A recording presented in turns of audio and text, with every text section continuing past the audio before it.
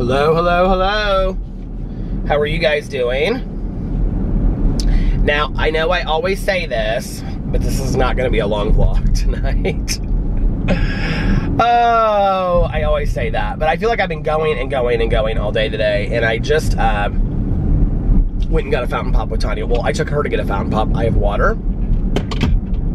And then she had her dog at the kennel. So we went to go pick up the dog and take it back to her house. And then I just dropped them off literally 2 seconds ago. So, yeah, it's been a long day today. I got up and, well, I'm drinking water because I'm back on program today. So, very proud of myself. Almost a full day back on program.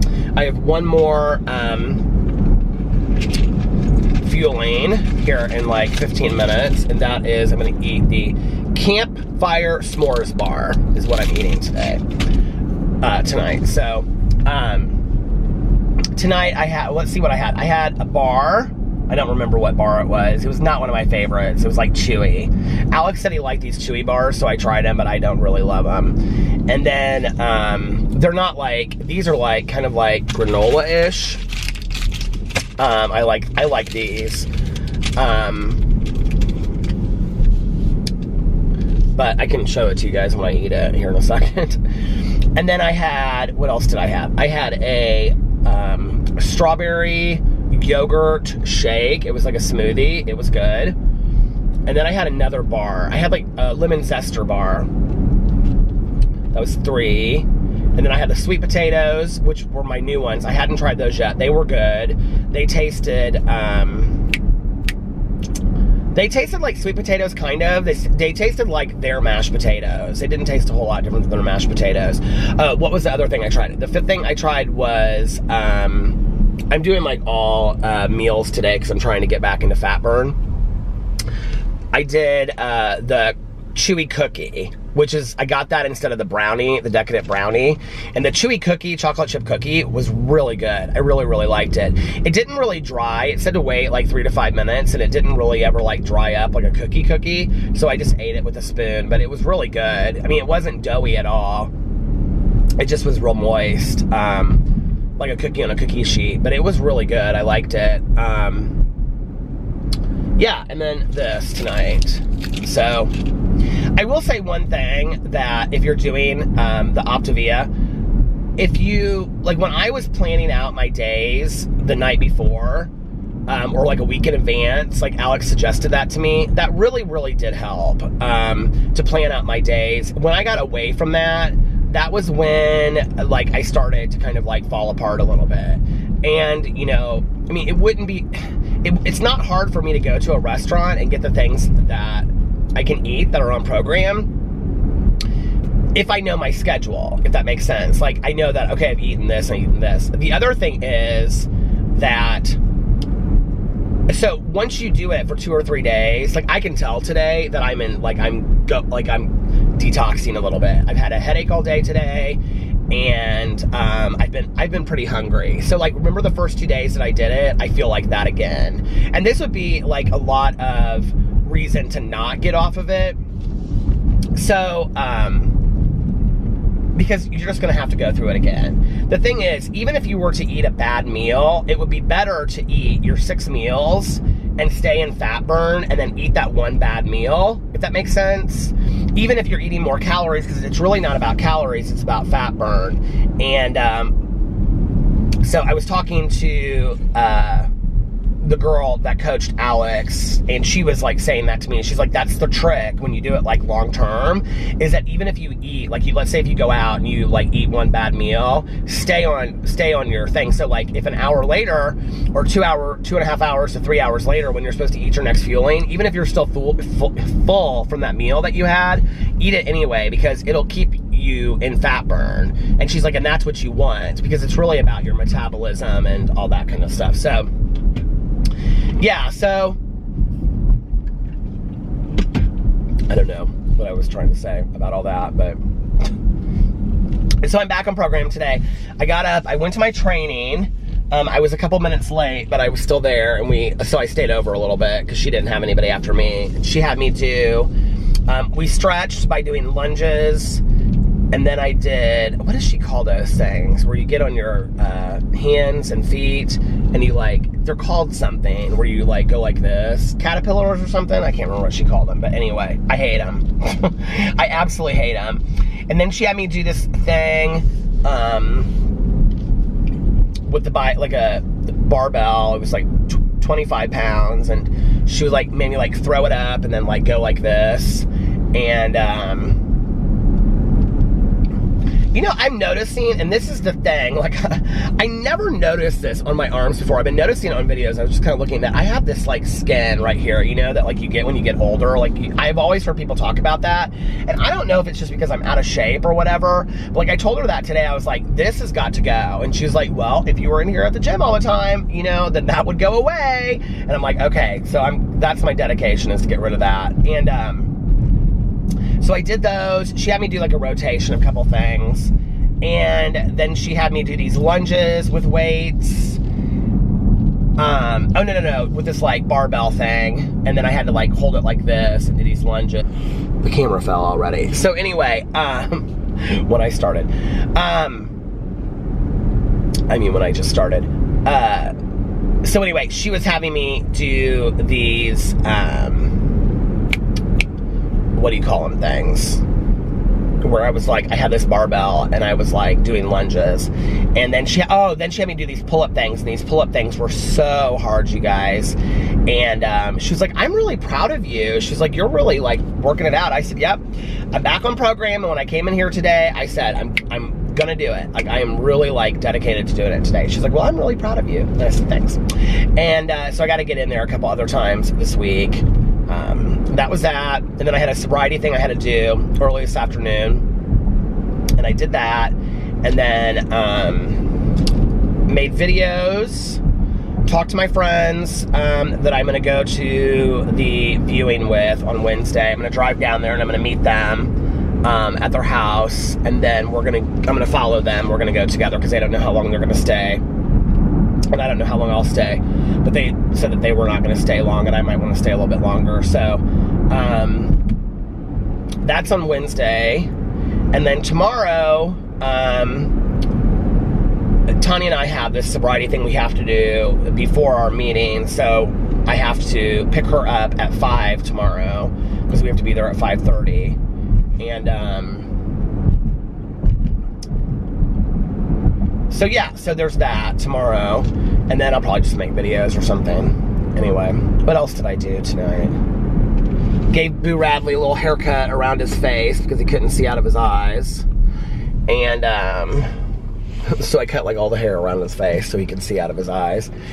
And yeah, not a whole lot. It was a good day. It was a nice day. It was really beautiful outside. I sat outside and talked to my neighbor for a while. And yeah, it was just a good day. I was going to read a little bit today, but I never really got to that. I did listen to my audiobook a little bit. I'm trying to get it done so I can get into the true crime book that we're listening to or reading for this month, which is Killer Clown, about John Wayne Gacy. I really want to start it. I've heard everybody that's read it in the book club is saying they just love it and they think it's fantastic. So I'm really ready to get into that and start it and read it. I don't know a whole lot about him.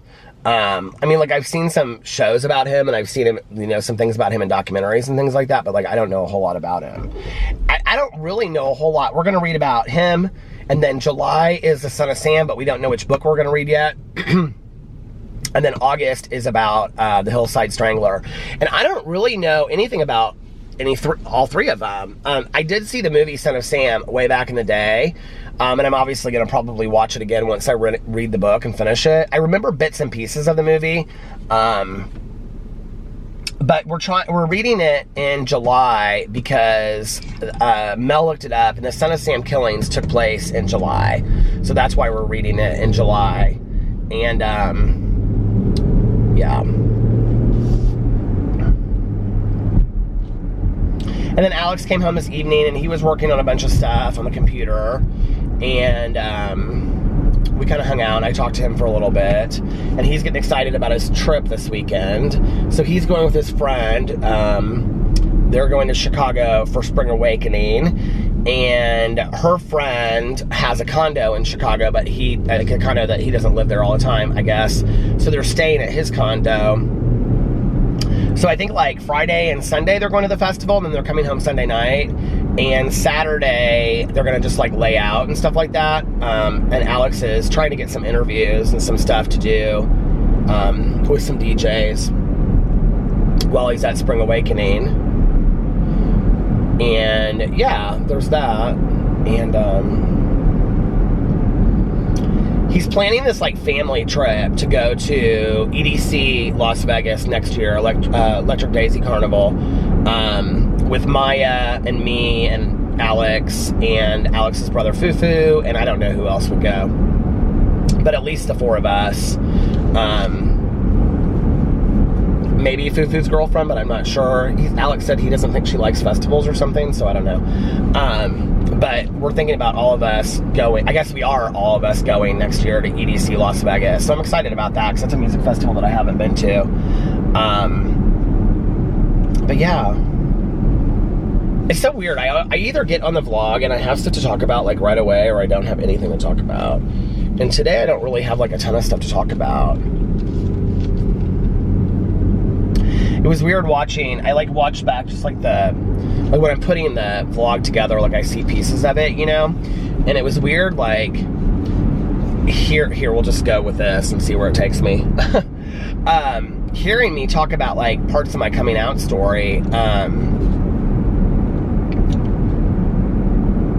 you know, it's crazy because it seems like so long ago, but then sometimes it doesn't seem like long ago at all. And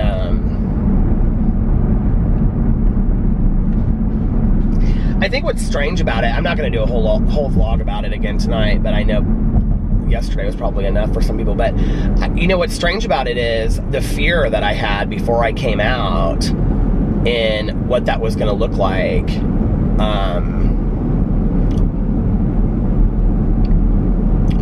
You know, that like I couldn't imagine this life of I have to grab the camera when I stop at lights because sometimes that's when it falls back. I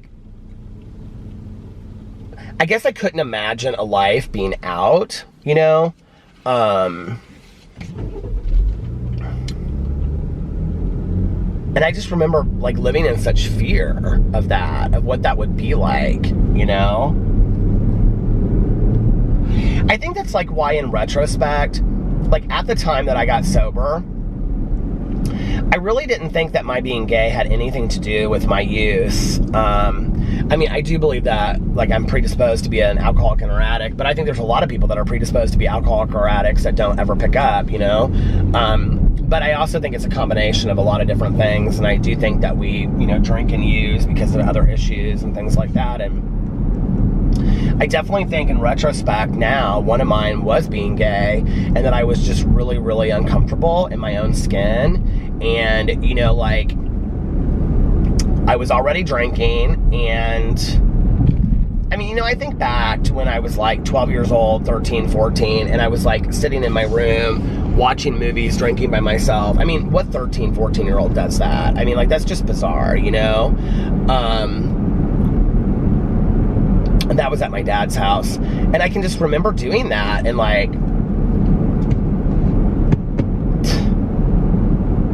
I think that's like, I mean, I've always loved movies, but it was really a form of escaping. But how strange is it that, you know, over at my house, at my mom's house, she's watching movies and drinking and then passing out. And at my dad's house, I'm like watching movies and drinking and passing out, like at 14. Like, it's bizarre, you know what I mean?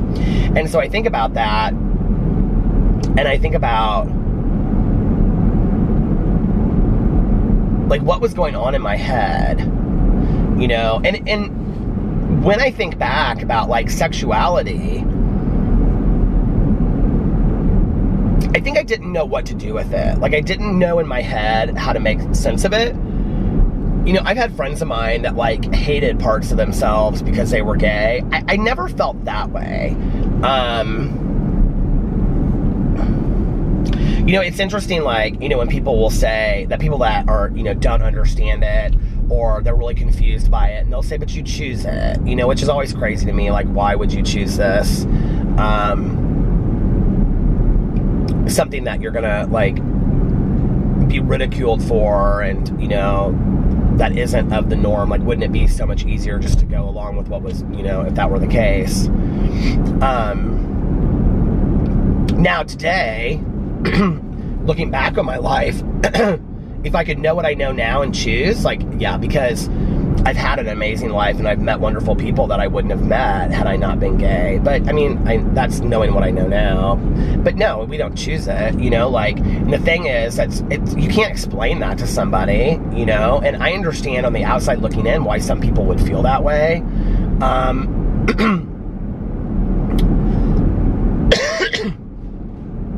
But the thing is it's like, if you were, I can just remember having these feelings, right? And they just, like, it wasn't, they were just there, you know?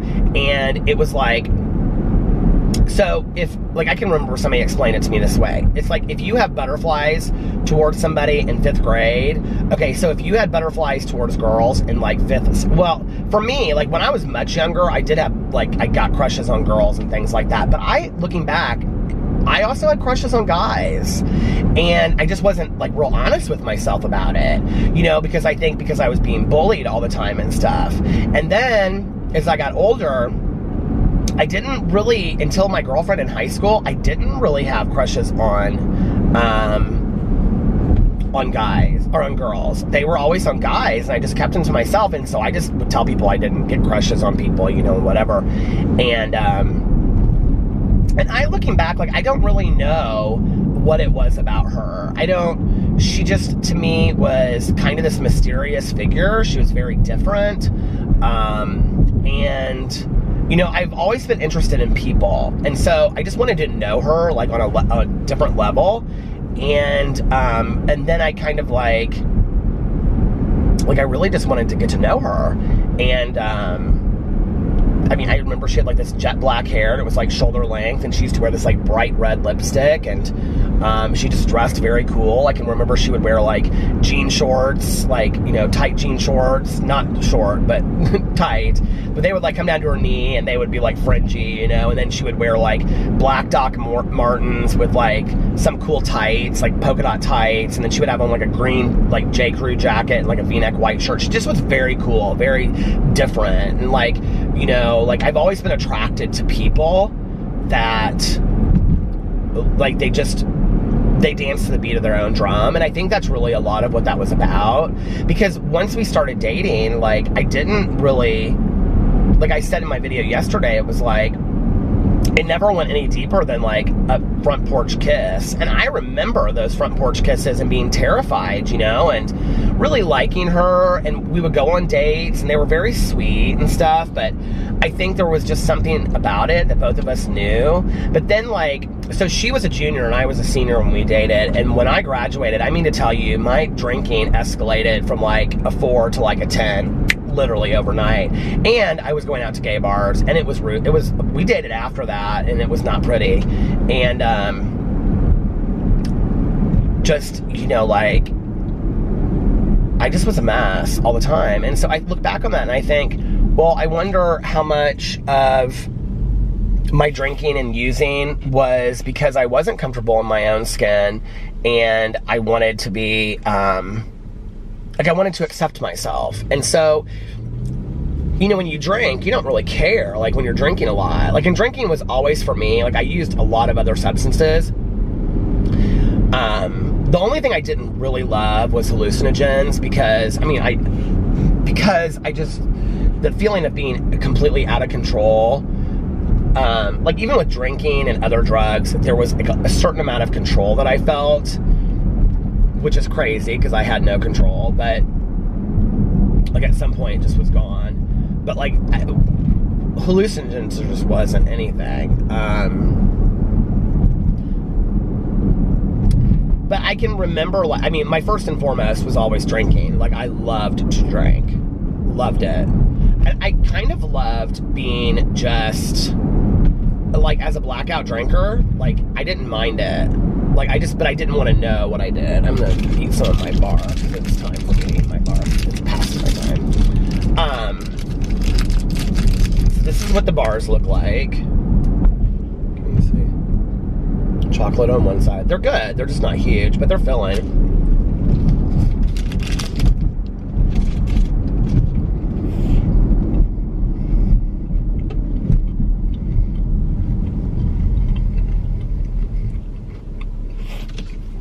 Tastes like a s'more. It's really good.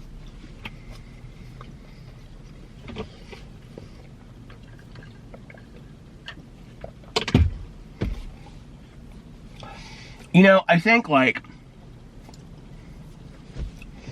one of the things that's interesting to me is that we have all these educational programs in schools, right?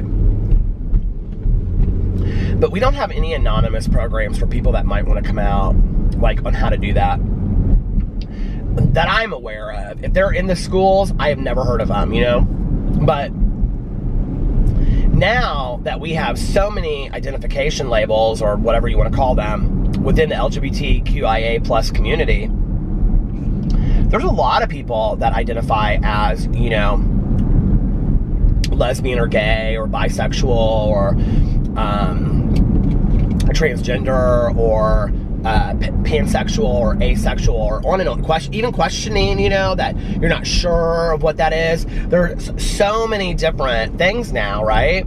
That it's like, you know, there's a lot of people that are, you know, gender binary, and there's all of these different levels of identification. I don't even understand all of them. So if schools could have, or we could have resource centers in the community that were anonymous, that teenagers could come to them and say, I don't know what's going on with me, but, like, listen, like, you know, to meet with a counselor or something, or a case manager, and say, like, listen, I don't know what's going on with me, but this is how I feel. Like, what is this? My nose is driving me crazy tonight. But what is this? Like, I don't know what this is. I don't know why I feel this way, you know, and to help normalize that process, to maybe to get some resources, you know, even for adults that are coming out, because there's so many adults, I think, that have hidden the closet for much of their life, and had kids and been married, and, you know, didn't know, like, really how to live their life. And I think it's scary to all of us, because there is no roadmap. That's the thing, right? Except for what we see in TV and movies and books. And so if there could be people that could be like, you know, like, let's set up a safety plan, and, you know, like, how do you want to come out? Do you think your family is going to be accepting? Yes or no? Is there a friend you could come out to first? Is there a family member, one family member that you trust that you could come out to, you know?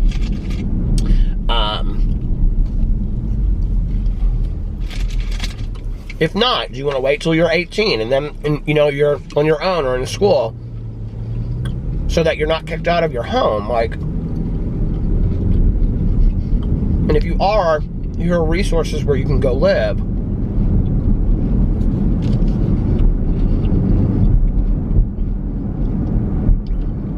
Why is it in 2019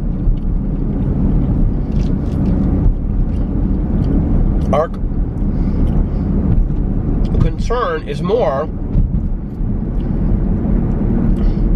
about flippant issues that don't matter than, and I'm not saying just with, I'm talking about in dealing with sexuality, we've come too far. We need to be setting up safety programs for these kids. And I, you know, like in Indianapolis, there is a LGBTQIA plus teen program here that I'm aware of. That's a really good program. That's like world renowned for how it's set up and things like that. They have a parent program there as well, a PFLAG parent program. And PFLAG is Parents and Friends of Lesbians and Gays. But I don't know. And like, I don't know that I would have even trusted that in high school if I knew that existed. But maybe I would have. I think if one of my friends had said to me, I'll go with you, or I won't tell anybody else, but what do you think about going to this thing? I think I might have considered it.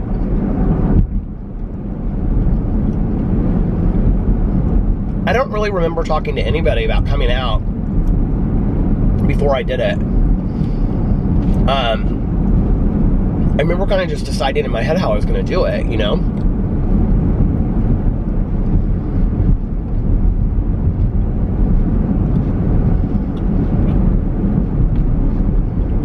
I'm sorry, I have to eat this thing.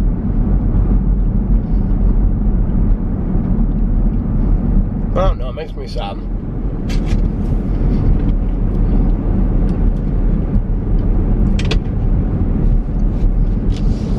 You know, the other thing is, not that I want to say that this made it any easier for me, but nobody was surprised, okay? Like, that's part of it. It's like with me, like, nobody was surprised when I came out. Okay. But what about people that come out that there's a lot of people that are surprised, you know? Like, there are a lot of people in the rainbow that you would never believe because they're not, like, based on stereotypes that we know, they don't fit that, you know? So it's got to be a lot harder for them, you know, athletes, I think, and things, and I don't know, really people of strong faith and religion. That doesn't mean that they don't still have their faith in their religion. You know, I don't know, I just didn't have any of that, and I was raised in a really liberal-minded home, so it wasn't like my fear of coming out was my fear of myself. It wasn't fear. I don't know. Like, I don't remember ever thinking to myself, my family's not going to love me. Like, I don't remember ever going, like, thinking that.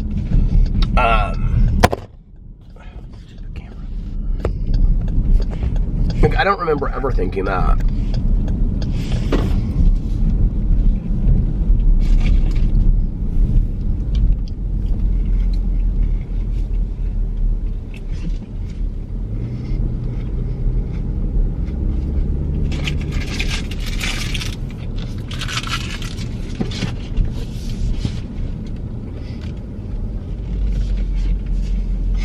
I know some people out there are like going crazy because of me eating this bar. I apologize. But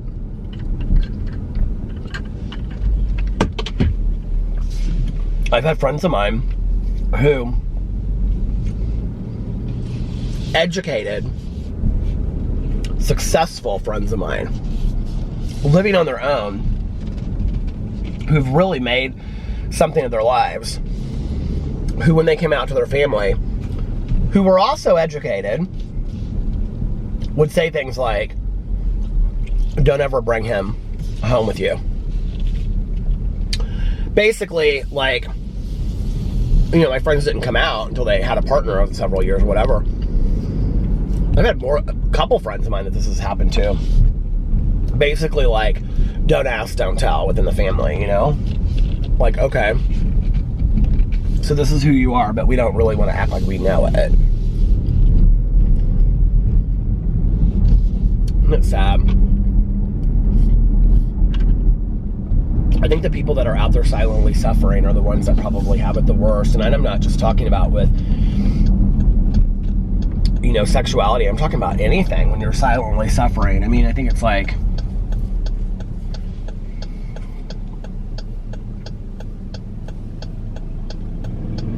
I had a friend of mine, well, I've had a couple friends of mine that actually were like in abusive relationships, physically abusive relationships, and I had no idea until after it was over, and sometimes, like, with one person, not even until, like, a lot after, you know, and until they started talking about it kind of publicly.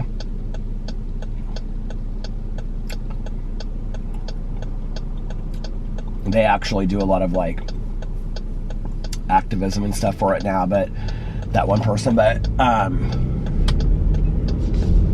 you know, I think about people that are silently suffering in situations like that, or,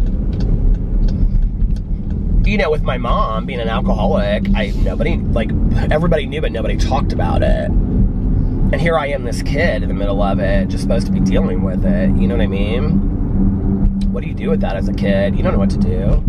It's scary.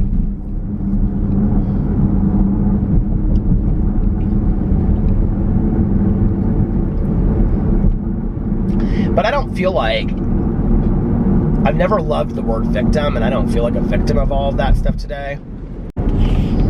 Was I at the end? I have no idea why it stopped. I thought I was already at the end and I had stopped it, but I guess not. But I don't feel like a victim today. I just don't.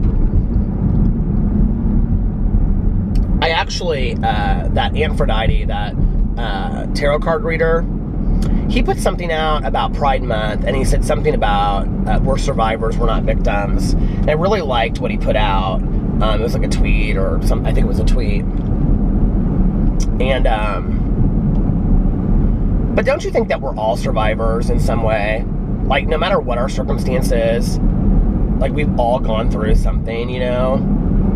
Like, I think that the world, I don't know, this is where I become idealistic, but I think the world would be a nicer place if we could all find some joint compassion towards one another for whatever our experiences are, instead of always having to tear each other down or comparing the other, you know, my experience to your experience to their experience, like who had it worse, who cares, you know?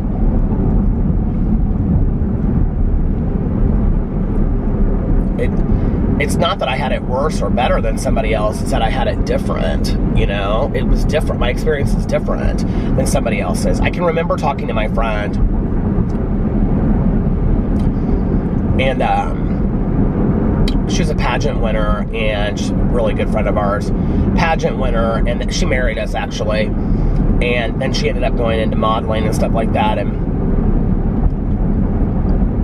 she would speak to schools, and she came back and spoke to her school because she was bullied so hard. I think she changed schools or something, and she was bullied so hard for being like skinny, like really skinny and tall, and she's always been that way. This is a girl that can eat like nobody's business. I mean, I've sat and watched her eat almost an entire like large cheese pizza all to herself, and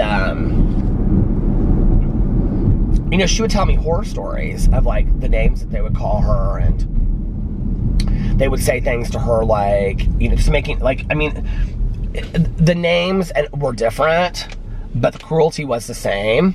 The threats were the same. She was actually threatened. Like, I mean, I was threatened, but she was like really threatened. And she is Alex's age. I think she's like maybe a couple years younger than Alex, like maybe like 5 years younger than Alex. So she was like really, like things were really bad for her. I mean, for me, you know, it was like so long ago that I don't think the threats were,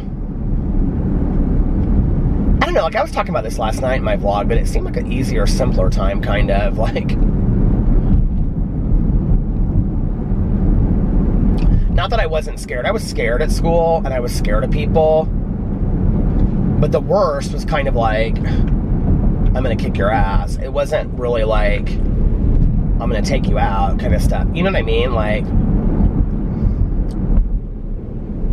and with the exception of like one person that like followed me home, other than that, like it never really came to my house from school, if that makes sense. Like, you know, today, I mean, honestly, I don't know how these kids do it with social media and stuff. When you talk about cyberbullying on social media, I really do not know how they do it.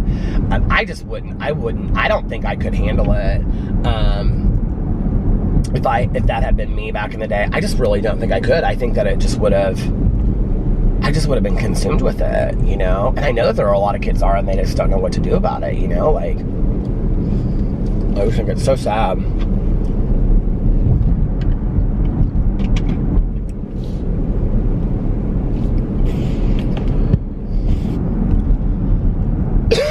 So this is my summer of reading thrillers and getting back to reading. I have to read. Are you ready for this? You guys are gonna die. So my Goodreads goal is 100 books this year, which I've never hit 100 books. And I keep on saying that I just want to read 100 books just once. I swear to God, if I have to sit in December in the library and read one children's book after another to hit 100 books, I'm doing it this year. I don't care. I don't care if it's considered cheating. I'm doing it this year. Because I just want to say once in my life that I've hit 100 books. I remember a couple years ago, 2 years ago, this booktuber named Lily C. Reed, she's from Australia, she's hilarious, she's like in university there, and Actually, I think she just did a video calling Why I Dropped Out of University, but I don't know if she really did, because sometimes her videos are clickbait. But she's hilarious. Well, she did Booktubeathon. So Booktubeathon is like 7 books in 7 days, okay? Nobody ever finishes it. Ariel Bassett that started it, she's a genius booktuber. She doesn't even like finish it, right? Like nobody finishes the 7 books in a week. Like there's a few that do, but if you're like a hardcore reader, but very few do. So Lily C. Reed said she's going to do it, and she's going to do it her first time, and she was going to complete and win. She said, I'm going to win this. There's no winning to it. But she picked these books that were like 20 and 30 pages long, right? Like every book in her Booktubeathon to be read, TBR, was like 20 or 30 pages long. Like I will never forget watching her. Speaking of which, I'm passing half price books, which all their lights are on. I wonder why. But I remember watching her TBR, and I just was like, and I don't know if I was pissed or I thought she was smart, because I have like all these like really long books on there, because I always try to be so genius in my TBR pile. Like one year I did all book to movie adaptations, and anyway, that was the year that I read Jaws. If you have never read Jaws by Peter Benchley, it is not the movie. Let me just tell you, okay? It is so much better than the movie. I mean, I love the movie Jaws, but it is a different story completely. There is mafia in there, and romance, and there's all kinds of things in the book that is not in the movie. If you want a good summer read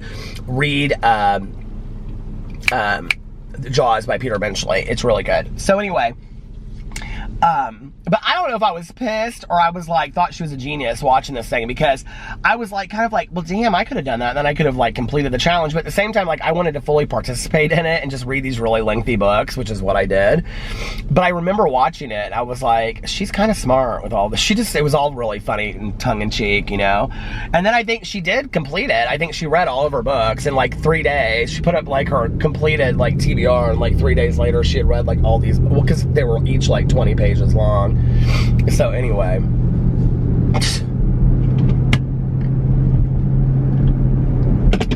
but for me to match my goal this year of 100 books, I have to read 12 books a month, okay?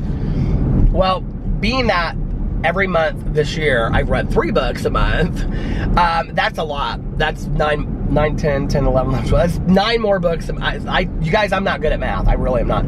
So that's 9 more books a month that I'm reading, okay? Which is 9 more books a month that I've even been reading a month, because I've only been reading 3. So I have to read all these books this month, which is already June 3rd, and I haven't finished a book yet. I have to read all of these books to get caught up. Now, I did look on my Goodreads thing, and I think last year I read 44. The year before I read 62. And the year before that, I read like 37 or something, 38. So, if I pass 62, then I will have passed my highest that so that's my main goal.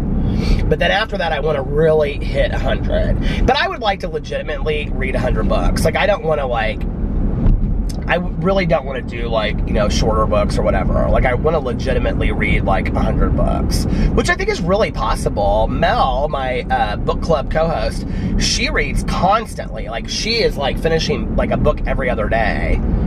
So I just need to do it. I need to listen to it more.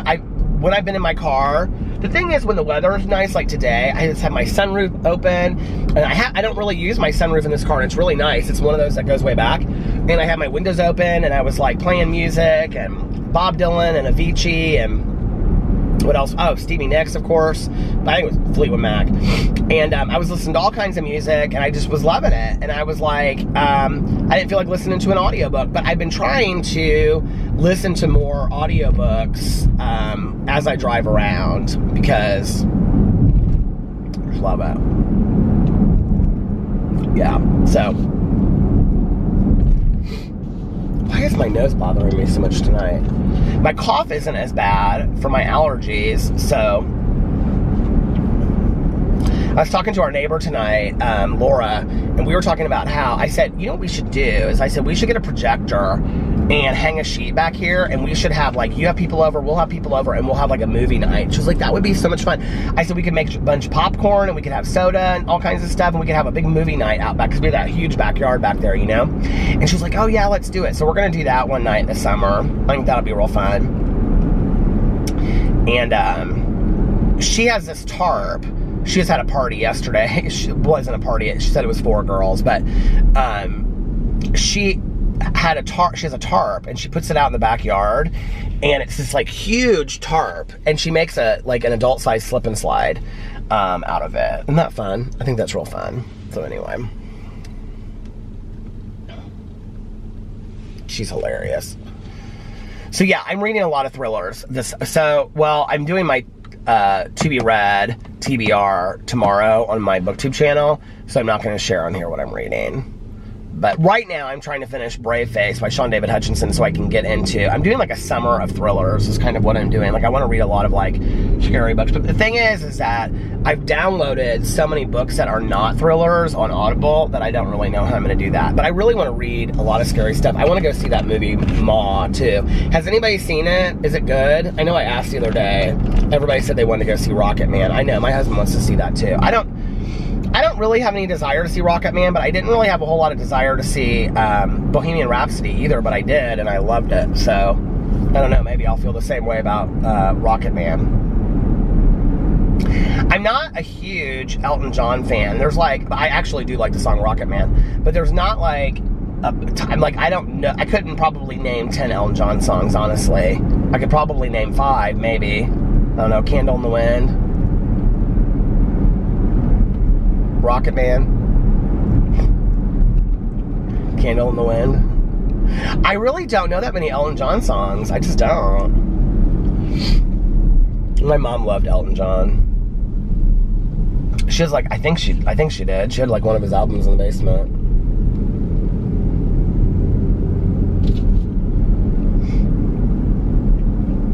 This Sunday I have. So then this weekend is PP and Peter's Bachelor Weekend. And this Wednesday, I'm going to my friend's funeral, or viewing. And then, I think they have a celebration of life at 6, but I think it might be just for the family. We're not sure. And they said they didn't want to stay really late anymore, or they couldn't stay really late anyway, because of my one friend's work schedule. And then, so that's Wednesday. Then Thursday, Alex and I will probably do something together. And then Friday, he's leaving to go to Chicago. He's going to leave like midday because he wants to miss all the traffic going in. And they're going to the festival that night. So I don't know what I'll do Friday. Maybe the casino or something. And then Saturday, I don't have any plans this whole weekend. I think I want to get the patios done. I keep on saying that, so I want to do it this weekend. Here's the thing. I don't really know where to buy plants this year. Like, I have no idea where to go and buy plants. Like Menards and like Home Depot, their plants did not look great. I want to buy a fern, maybe 1 or 2 for out front. I want to buy like 1 or 2 ferns for out back, and then some like pretty plants. I don't need a ton of stuff. Alex like killed all the weeds on our front walk, and I thought it would look horrible, but we didn't even need to pick it. Like, he killed it. Now it just looks like they came through and de-weeded it. So he used this like super powerful weed killer, and so I just need to get mulch and lay it down. I guess I could do that this weekend, so it'd look really nice out there. I've already been sitting on the front porch a lot. I love when people walk by. I'm like, hi, how are you? Beautiful evening, isn't it? People are so nice in our neighborhood. I do love it. It was such a pretty neighborhood. We have like these huge mature trees, and there's lakes. It's just really nice. And it's small. There's like not really any like car traffic through there at all. Because we're not by the gates. So like by the gates, there's obviously a lot more traffic. But so maybe I'll do that this weekend. I'll go to the casino one night, I know. But then Sunday, I have to go to Caroline's son David's open house. I think it's 2 to 4. I told her I was going to come over early and help. She's like, you can come over as early as you want. So I was like, okay. So I'm going to go over there probably early and help. And then, yeah, I don't know what else.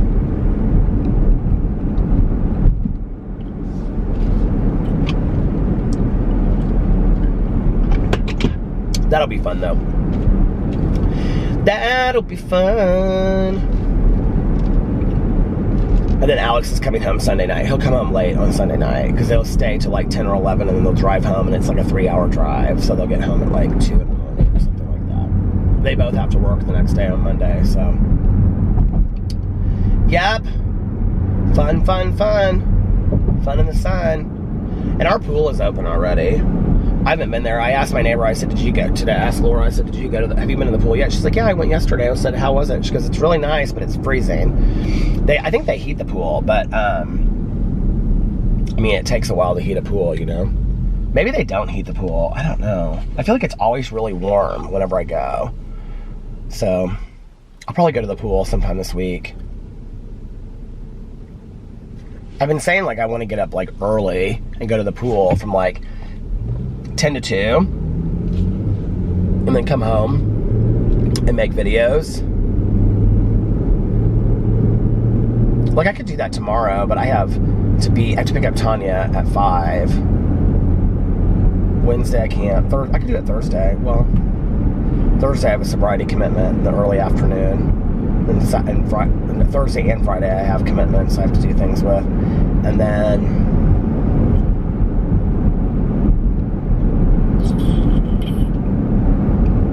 the weekends are so packed. Everybody brings their grandkids up there.